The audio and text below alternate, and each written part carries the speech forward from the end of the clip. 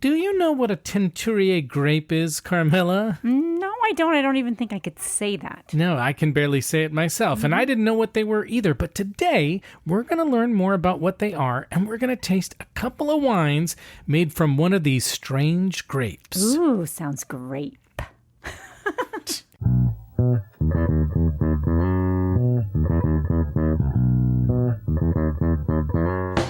Hello and welcome to the Wine Pair Podcast. I'm Joe, your sommelier of reasonably priced wine, and this is my wife and my wine pairing partner in crime, Carmela. Hi there. And we are the Wine Pair. Yeah, and if you're new to the podcast, and some of you may be new, True. Here's a quick orientation. Each week we explore a different wine varietal or blend, like Pinot Noir or Bordeaux or Alicante Bouschet, and dive into what makes it unique, special, and worth learning about. And our goal is to help you expand your wine knowledge in a fun way that normal people can understand. Right, because if you're a normal person, we want you to understand. And if you're not normal, turn it off. No, just kidding. We also taste and Who's review... actually normal? Not nobody. We also taste and review 2 to 3 wines under $20 each and share our scores and recommendations with you to help you find great wines without breaking the bank. Nice. So thanks for joining us, and we're proud to say that Decanter Magazine calls us fun, irreverent, Chatty. and entertaining.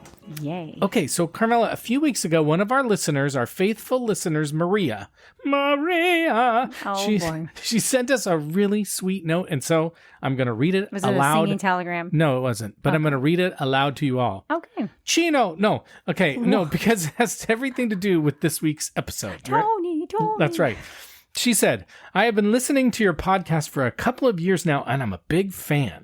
And then she said, it motivates me to walk outdoors in all kinds of weather, but then I get home and with a hankering for wine. So, yeah, I like that. Anyway, I know, really. So she said, I wonder whether you might consider an episode on teinturier grapes. Those are grapes whose flesh is red like their skins. Oh, wow. Other red grapes have white flesh. So learning, first of all, from Maria, I tasted a Saperavi, a Georgian grape, at the Dr. Constantine Frank Winery in New York's Finger Lakes. I have lived in or near the Finger Lakes for the past 40 plus years and have drunk gallons of Finger Lake wines. Wow. And we're still working on the reds as their relatively short growing season makes them a challenge. The problem is teinturier wines seem to run on the more expensive side, so they may not fit into the paradigm for your podcast. So you know what? What'd you find?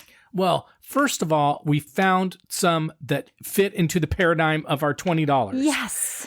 But the other thing is, we do love getting requests from our listeners. And so when Maria sent that, I'm like, I was like, thank you. And we're going to do it. And so we're doing it. We love that. It. And I really like this suggestion because I'm really pretty ignorant about teinturier grapes. I didn't even know I didn't know what they were. You couldn't even pronounce them. I still can't hardly pronounce them. So this was an awesome opportunity to learn more. And so that's what we're going to do. We're going to spend a little bit of time on what teinturier grapes are, and we're going to spend a little time on a specific wine made from a teinturier grape called Alicante Bouschet, also known as Garnacha Tintorera. Oh, that's how you have to say it. Oh, boy. That's how you have to say it. I know how to say it don't want to say myself. it. So I looked up information on the interwebs because, I go into the Google machine to learn more. And Wine Folly has a good intro article on these odd grapes.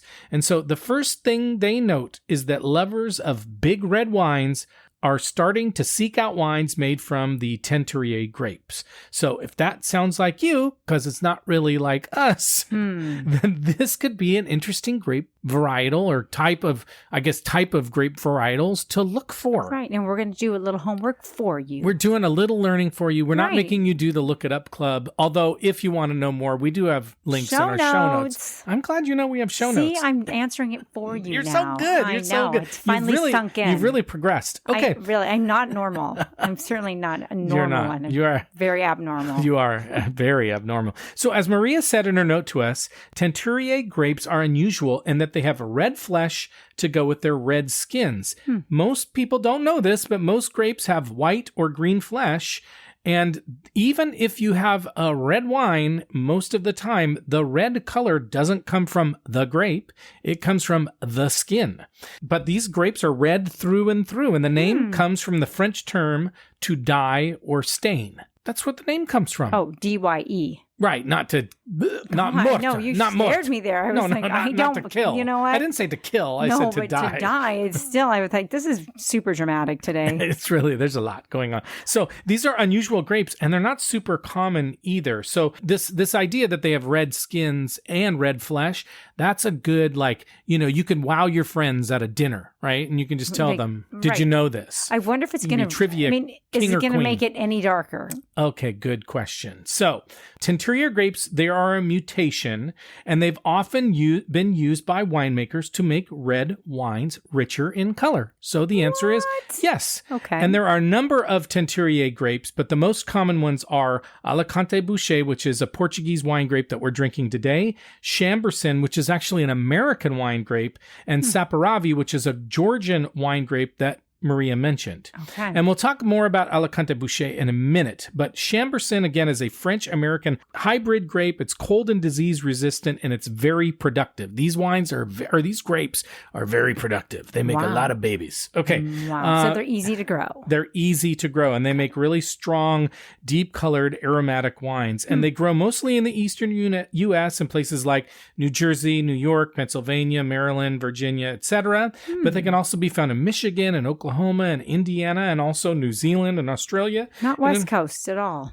There are some in Canada, and I think maybe some in the BC area, but not as much. Saperavi, which is Georgian for paint or dye. So again, this term coming up. She looked at me like I was, but no, not trying like to kill these people. No, dye like a dye. I know. It's native to Georgia, not the state, the country, Georgia, and it's known for, again, quickly growing and producing a really strong tasting wine. It's also known to be cold resistant and grows well at high altitudes that are far from the coasts. And it can be made into dry wines or semi-sweet wines. And again, it's mostly in the country of Georgia. It's also in Russia. It can be found in Moldova and Armenia and Ukraine and Uzbekistan and a few other countries like that. And it's starting to be found in New York, just like Maria said. Right. And by the way, a colleague of mine, somebody on my team at work, gave me a Ukrainian wine. Oh. And it has Saperavi in it. Oh, wow. And I didn't know what it was. And now I'm like, this is cool. Was this recently? Yeah, very recently. So now we're going to have to try it at some point. Now, again, these grapes, they tend to be blending grapes. And they're, again, as you kind of mentioned, they're used for their color and their fruitiness. And also, they are starting to be used because they can help when there's fire damage or smoke damage to grapes. Here's why. Because the skin is where the red wine... Yeah, well, the skin is where the red wine gets its color, right? Okay. But when you have smoke taint, the smoke is in the skin. Ooh. So sometimes they can start to use these grapes to sort of help color the wine if there's some smoke taint. So they can avoid soaking in the skin. I was just going to say, do they remove the skin? Yeah, so they'll press but not right. They don't need to have it sit with that. Exactly. Or soak. I get it. Exactly. Yeah. So today we're going to focus on one of the other three significant teinturier wines, the Alicante Bouschet, also known as Garnacha Tintorera, and we're going to talk more about that. And we have two of them to taste and review today to let you know if we think that they're worth seeking out. But first, you got to do our shameless plug. That's right. So thank you for listening to us and supporting our show. And if you haven't had the chance to do so yet, now would be a great time to follow or subscribe to our podcast. Or if you're enjoying what you're listening to leave a nice rating and review on our website or Apple Podcasts or Spotify or wherever you listen, whatever your app is. Love it. And you can also follow us and see pictures of the wines we're tasting and trying today and weird AI pictures I like to make on Instagram at The Wine Pair Podcast. And you can go to our website, thewinepairpodcast.com, and you can reach out to us, sign up for our email newsletter. And as I always say, I will send it to you if you missed the last one.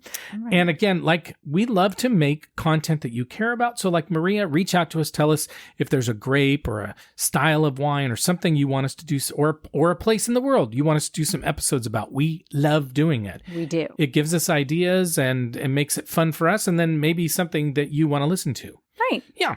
And then, as we do every week, we're going to tell you someone we think you should recommend the Wine Pair Podcast to. That's us. So we can keep growing our listeners. And this week, we want you to recommend us to anyone who loves a big, bold red wine and wants to try something new and unique, or as your grandfather used to say, unique. Oh, true. Oh, my goodness. And as I said, teinturier grapes seem to me like the type of wine that would make a good conversation starter. Sure. Right? Sure. Well, right. I mean, just bringing up the whole, like, red flesh.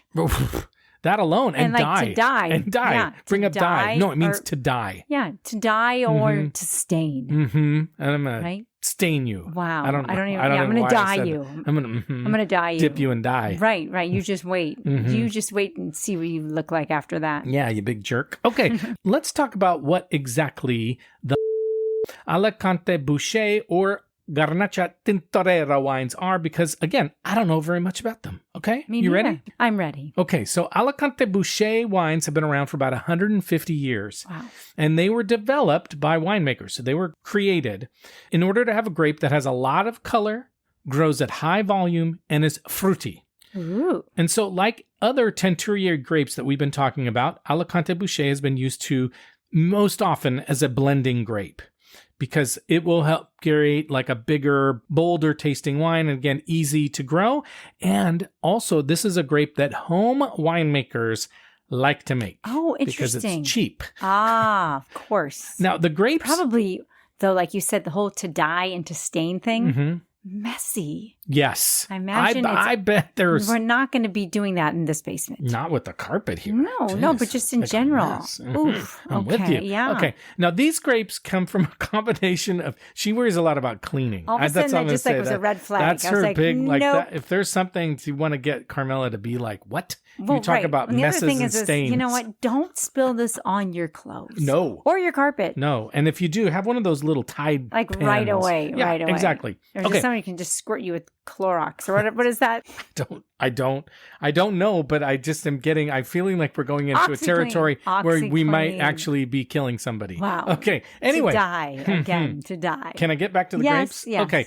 These grapes came from a combination of a French grape called Aramon that was crossbred with another grape called Teinturier du Cher in France. It's like a love story. Yeah, and those grapes, they made a baby. Happily they made a after. baby called Petite Bouschet. Oh, no way. And then Petite Bouschet was crossbred with Grenache to create Alicante Bouschet. Exactly. Now they're a divided family or a blended family. They're a blended family. They're a blended family. It's a blending grape. That's right. You know. Exactly. That's the perfect. And it goes by a bunch of other names, including Alicante Henri Bouschet, Garnacha Tintorera. Why is Sometimes that funny? Because it has a middle name, Henri. Okay, and then Or maybe it's a hyphenated name. no, it's just Alicante Henri Bouschet. Okay, it also goes by Tintorera and Roussillon and many others. And again, We're not laughing at the wine. No, we're not. Don't We're not take it making fun of it. personally. No, Yeah. that's right. But we have a link to a Wikipedia article in our show notes that gives more information. It has a family tree, which might be helpful.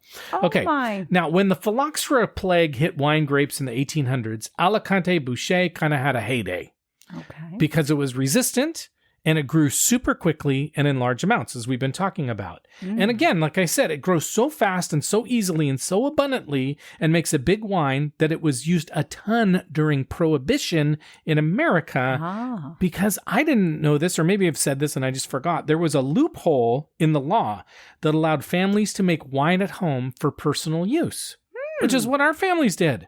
That's probably why. Yeah.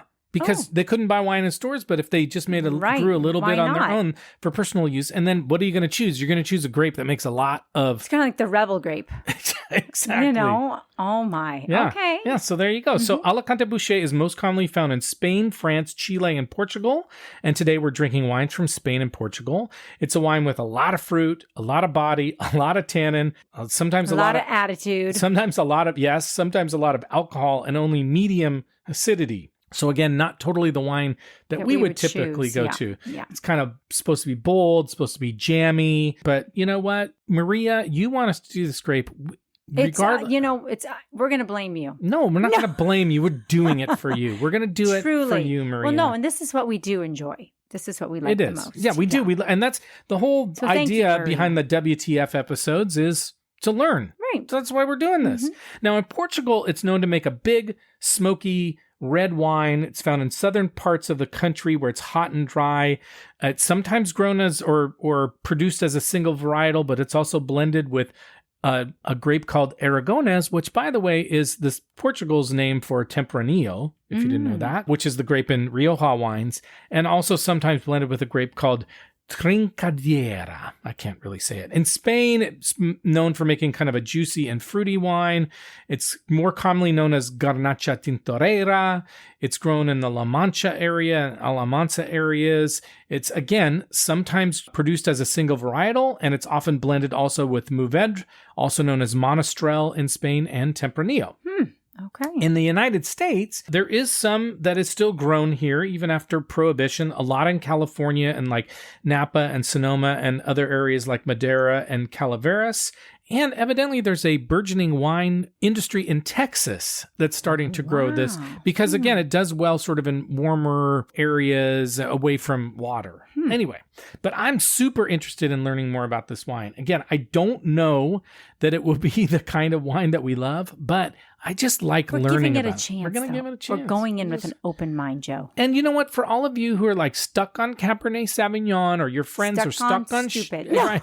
Wow, that was That's something my mother would the say. Quiet part out loud. Yeah, I'm Or sorry. friends of yours that can't get beyond like, Cabernet Sauvignon or Chardonnay. It wasn't nice. It wasn't nice. It's really something my mom says. Stuck on stupid. But what I'm trying to say is that I'm trying to spit out, but this woman keeps talking. She keeps interrupting. It's the story of my life. It's the story of my life. Okay. Welcome to my life. Okay. Go ahead. But this could be an interesting grape if they really like big, bolder wines. Okay. So what do you say we learn a little bit more about the specific wines I chose for you and me today, Carmela? Let's. This is your hour, honey. It is. Your Thank hour. you. It is. She keeps reminding me of that when I try to tell her how much fun we're having, and she says, yes, how much fun you're having. So anyway, both of the wines we've chosen for this episode are under $20, and they should be relatively easy to find because I bought them all on bought them both on wine.com, but I won't say that these are the easiest of easy wines to find. If you have a decent wine shop or grocery store near you with Spanish or Portuguese wines, you may find it. If you're in the Finger Lakes, you might find it, or in some of these areas on the East Coast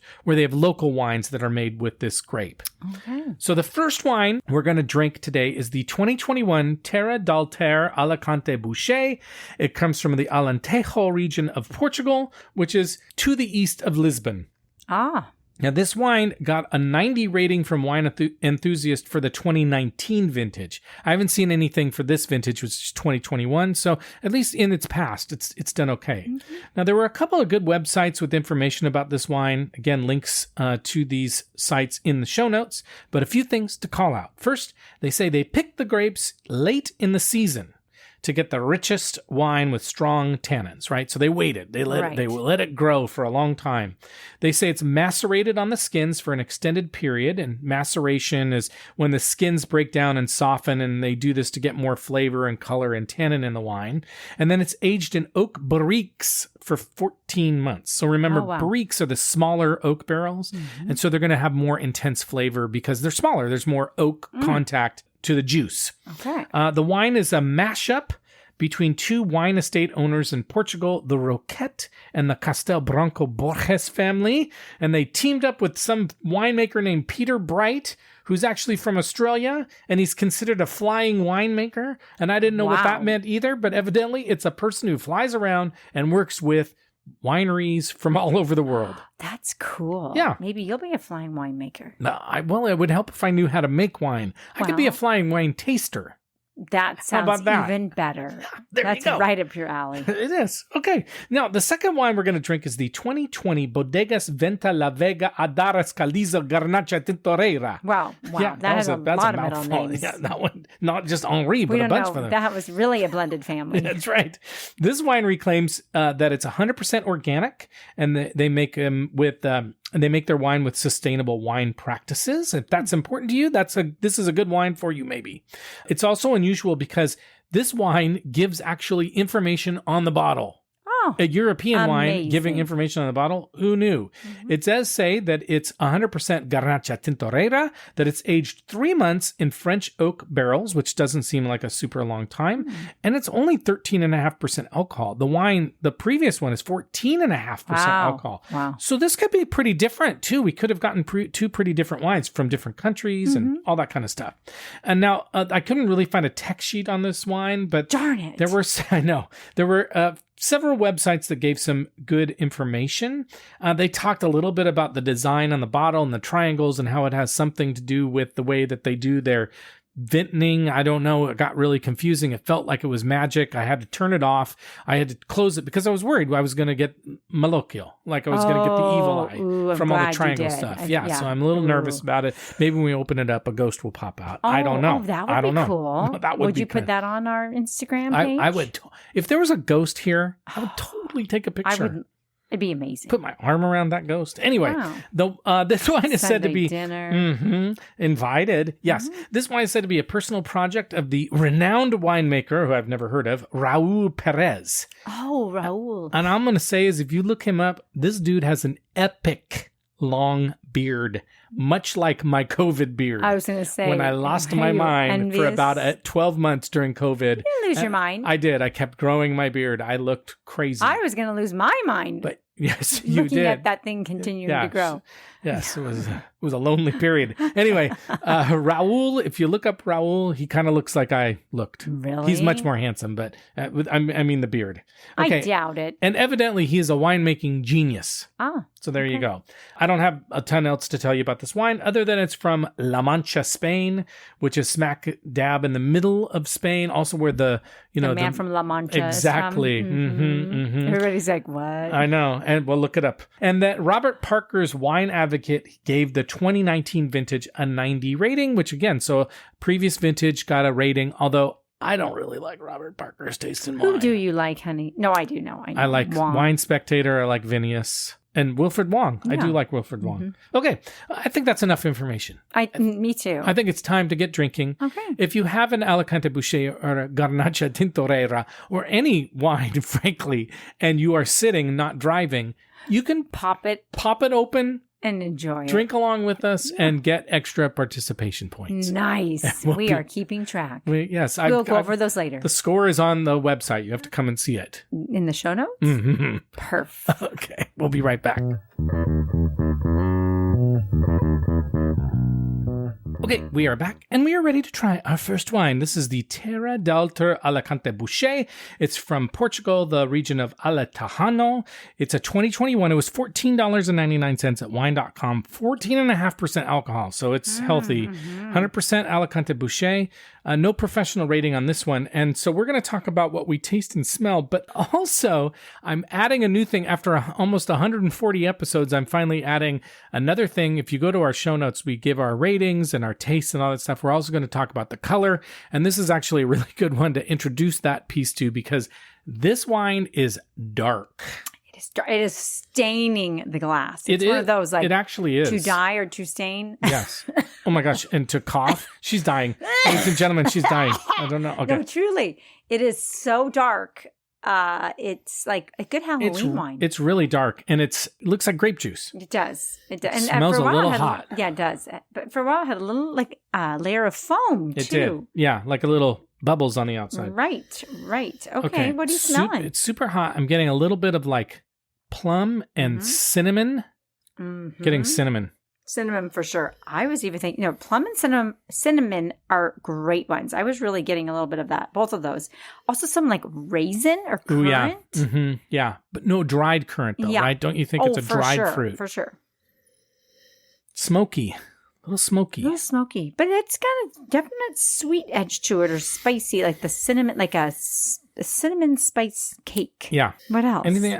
It's jammy. It smells jammy. To me, I'm ready to taste a lot like a fruit bomb, like jam. Yeah. Like it's thick. It smells like smells jelly. Syrupy or like the IHOP syrups. It really does. That are like the grape one. Yep. Or the poison berry. The poison berry. Okay. To die or to stain. Yes. Okay, we're going to try this one. Do not spill this, honey. Oh, God. Oh, it's more sour than I expected. A little tart. It does have a little tartness on it. Yeah. It's not first sip, it's not as strong as I thought it was going to be. But it's even not as jammy or fruity as I thought it was going to be. I don't think I agree with that. Really? Oh, I think it's pretty jammy. Really? Mm-hmm. It's got a lot of tannin on it. A lot. It's kind of it's definitely like bigger bodied. I think it's pretty bold. I think it dries fast. Yeah. It's got a lot of fruit up front, like Really? juicy, jammy fruit up front. Yeah. I can get some plum. I can get plum. Definitely plum. Smoke. I'm getting a lot of smoke. And maybe a little like blackberry. I like that. Blackberry bramble too, you know? I feel I'm getting a touch of olive. Like there's something a little salty. Briny? A little briny. A little salty. And maybe a little bit of that like umami kind of taste to it. Umami, like you like to say. Okay. It's super interesting. I thought I was really not going to like this wine. There is a little tartness to it. A little bit, like I think at the front end of it, before it goes down. Almost like a blueberry. Okay. Like a kind of a... Like a big, juicy blueberry. Okay, yeah. And one that's not squishy, because we don't really like the squishy kind. No, but this is like one of those, like, it's just a little underripe. Okay, yeah. It's because it's got that tartness on it. Okay, what food would you pair with this Alicante Bouschet? I think you need something big. I agree. Yeah, I think you're going to want red meat. Steak. Yeah. A nice juicy steak. Juicy. Or even like something like a cheeseburger. I think so. I think this is a big steak wine. It would actually be a nice steak wine, I think. A cookout wine. Yeah. Something or grilled even meats. like a Philly steak sandwich. And I think you're right. Something kind of bready and cheesy. I also think we're having pizza tonight. We're having family over. We're going to have some pizza. I think this would be good pizza wine. Yeah. Spicy, like with spicy stuff. And then I was thinking... Spicy meats. Yeah. That's the spicy meatball. And I was also thinking if you have vegetarian friends, like grilled veggies would be good with this. Yeah, I think so. Like a grilled mushroom. Yeah. Ooh. Be real nice. For sure. Portobello. Yeah, it'd be nice. All right, so we're going to rate this wine. As a reminder, on our rating scale, we rate on a scale of 1 to 10. We don't do half points. We only do whole points. And a 7 or above means that we would buy it. And a 4 or below means that we're going to pour it down the sink. And a 5 or 6 means we're going to drink it and we'll finish it. But, it's probably not a wine we'd buy. We'd be happy to drink it, but, we're not going to go out of our way. Okay. What rating are you going to give this wine? This is tough. I'm finding it really tough, too. Yeah. First, I was like, I'm going to give it a 7. Now I'm like, I'm going to drink this. Somebody pours it for me. I'm going to enjoy it. I'm going to find it interesting. But am I going to buy it? I'm on the edge of buying it, but I'm going to give it a 6. Yeah. You know what? To me, this is like the ultimate 6 wine. Yeah. Like if we were at a party or a dinner and somebody served this, totally happy. Yeah. I would totally drink this. I'd be super happy to drink it. But I agree. I'm not sure I'd buy it. I'm actually going to give it a 7. Wow. Because I think it's interesting enough to me that I would be... And if I knew somebody was coming over and they were like a big bold wine fan, okay, I think I would give this to them and just see what they think. Right. What do you think of this wine? Because you'd enjoy it. And they'd probably enjoy it. I think they'd like it. Yeah, it'd be kind of interesting to see what they like. For us, this is pretty full-bodied. I wonder what somebody who's a big, it might be like, this whatever, is like big deal, right? They're like, child's play. Give me something I'm real. not saying children should play with wine, but but child's play. Well, if it was frozen, maybe they could play with it, kick it around. Sometimes adults can be like children. Yes, and I think with 14.5% alcohol, you'd have some adults acting like children. A child. That's fine. Yeah. All right, we're going to take a break and we're going to try our last wine. Okay.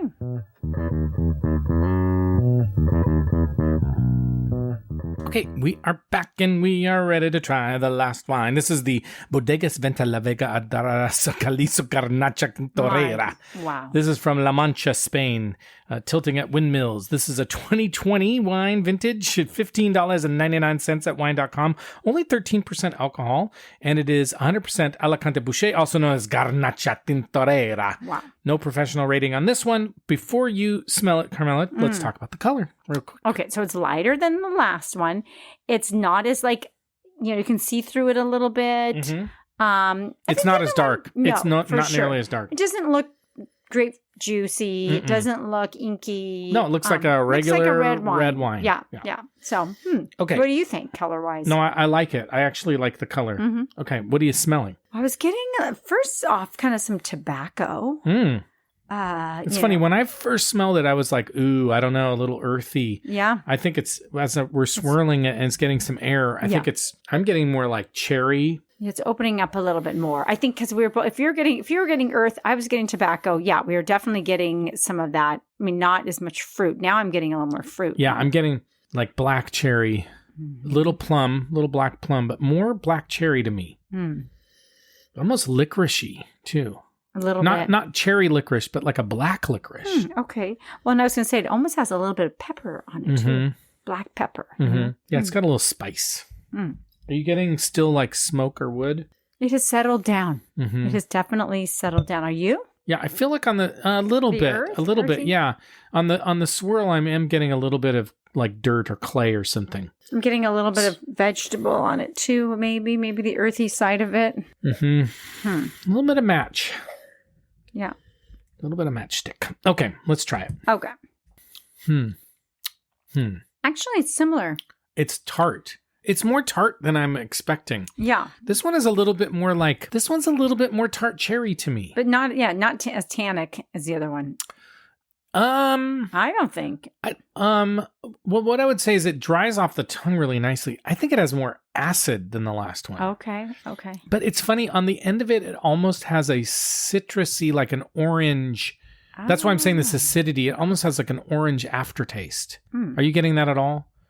Maybe a touch. Let me try this again. Let me see. Almost like a little meaty on the end too. I feel like I'm getting like a charcuterie on the end of it. Wow. You're not liking it. Not as much. I'm not sure I'm liking it as much either. This one is not as just out of the gate as likable. No. Yeah. It's kind of like, it's a little thin. It's a little house wine-ish too. Yeah, but I'm getting that smoke, like a salami. You know, sometimes they talk about like cured meats. I am getting a cured meat taste for sure. Wow. Is this one a little briny to you too? Yeah. That's why I was getting that liquor. I'm not digging it very much. The last one was much smoother wine. Yeah, I agree. It says I will just say a couple of things. It's a little younger, and we just opened it up. So, you know, it's it may be a little young or may need a little time, but I just right out the gate, I'm not liking it as much. No, I don't think so either. What would you eat with this? This is a little tougher. I think I would need something quite bready, like a pizza. Like pizza, focaccia. Yeah, focaccia. You know, what would be actually really good with this? It would be Talk to me. Well, I'm even thinking like a meaty taco. Ooh, you know, that's a good call. You know, like ground, I like that. like a real like just traditional ground beef or enchilada. This would be good. This might be good with Mexican food too, like a mole or like what's that like stew? I can't remember what they call it. Like I don't know what it is. I don't know what that. No, but I feel like you could do some spicy meat, like a nice spicy meat burrito. Yeah, maybe like a pozole. Like a pozole. Never heard of it. It's a Mexican kind of like stew. Oh, that's what I was thinking. Like something stewy. Okay, yeah. Well, let's rate this one. What would you rate this one? Well, you know, it's not offensive. It's not. I mean, you're finding it. You're kind of turned off. I'm on the verge of finding it offensive. This meat taste at the end has me a little freaked out. Oh, God, you don't freak out easily. No, with wine. I mean, the kids might say differently, but it's got like a Landjaeger taste, like a smoked pepperoni. Oof. On the end. You're making me like it less. I was going to go with like 5. I was going to say a 5. I'm a 5. I mean, because I'm not going to, I don't think you sound like you're going to pour close, down the I'm sink. Close to a 4. I am very close to a 4, but I just think 4 is too, I'm going to stick with the 5. Okay. I feel like if I was at an event and they served this wine, I'd finish it. I'd drink it. Okay. Yeah, I'd drink it. But I don't. You wouldn't go. No, but I'd really want to be by a meat counter and just eat. Or taco. I'd want to eat the nachos. You don't want to just sip on this. No, I want cheesy nachos. You want the macho nachos. Macho nachos with the beans and the ground beef and the chicken and the jalapeno and the salsa. Can drown this out. And the liquid cheese and the regular cheese. Queso and a little sour cream and a little guacamole. That's what I want. So you wouldn't even know what you were drinking. Exactly. Okay. It's just like, just wash it down with something. Right. Yeah, Isn't that I think I'm washing it down with food. Yeah. There you go. So we're both out of 5. Okay, so which of these are you finishing tonight? That's easy. Numero uno. That's right. The Terra Alicante Bouschet. And I mean, quite frankly, the name is a little easier to say. If that says anything. Yeah, it didn't have as many names. Right. So what do you think about this Alicante Bouschet or Garnacha Tintorera overall? I think it's been super fun. I love the idea of trying something new. I do love that the grape flesh of this grape. I know, it's kind of fun. So cool. I mean, it's just kind of like, wow, like just something new that we had never even really, Again, dinner party talk. For sure. We talk about these kind of things all the time at the dinner table. You'd like bring it up and you'd be like, you know that most wine grapes are not red flesh? Grapes if they're red grapes, they have white or green flesh. Yeah. And mind-blowing. I know. And then what you hear, then you'd stop and you'd hear crickets. Yeah. Or people would basically be like, I really don't care. Yeah. Give me the wine. Fine. Pass the wine, dum-dum. And you may not be invited back. No, exactly. No. So I just think it's been a lot of fun. I just enjoyed trying these new wines. And I think this first one especially was a good one to try with somebody that kind of a middle ground. I agree. Okay, well, let's talk about the taste profiles that you would expect from the Alicante Bouschet, a.k.a. Garnacha Tintorera. Okay. Wine Folly says black cherry, blackberry bramble. That's a good one. Black plum. We did say that. Black plum, we were getting black pepper, and sweet tobacco. You were getting that as well. The winery for the Terre d'Alter, the one that we liked better, it says profound color, swirling nose of spice and fruit, dense palate of cream. That's interesting. And chocolate. Finished by structured tannins. It was very tannic. Wine Enthusiast says the almost black color is echoed in the concentrated black plum flavors. Needs to age. PortugalVineyards.com says color purple, red, very dense and dark, intense notes of dark fruit and spice, plums and prune notes, great acidity, silky and rich tannins. Very rich, long and rich finish with notes of chocolate and vanilla. I really wasn't getting chocolate. That's interesting. And not the creamy. No. Vanilla even, no. No, and then Curry Wines flows into the glass in a dark crimson color and exudes seductive aromas of red and black fruits. On the palate, it is powerful with a full body and nuances of plum and prune. Silky tannins, there you go. Okay. Now, the Bodegas, I could not find a lot of reviews of the wine, so I just have what the winery said. Bright strawberry red. That's interesting. Okay. I don't think it's a strawberry red. It is darker than that. Yes. I mean, unless they have super dark strawberries. Right. The wine is fresh and floral with aromas of rose petals and violets. I don't think so. Sweet cinnamon and pepper spices give way to bay leaf and menthol notes. Menthol, maybe. Maybe. Soft on the palate. Wine has a lithe and pleasant quality. Light? What does that mean? I don't know light, that word. like kind of a light. No, it's lithe, but it's lithe. like a lighter. Okay. You learn something every day. Like floaty. That's what I think of when I think of lithe. Okay. Supple is what the interweb says. Graceful. Okay. Well, Carmela, it's time for us to go. Okay. But before we do, that was kind of an abrupt shift. Yeah. So I'm sorry for that. But sometimes, you know what? You got to get to the point. You got to move when you got to move. Right. I don't have time I like that about people. When they know what they want. Yeah.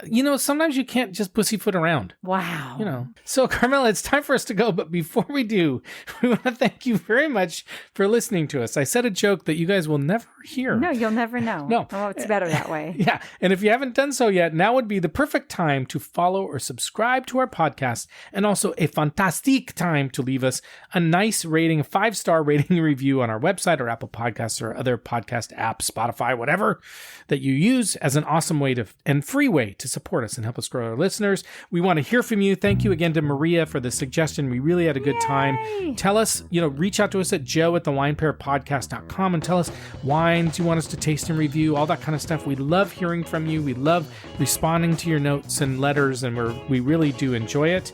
And by the way, I'm just going to make this note for those of you who actually listen until the end.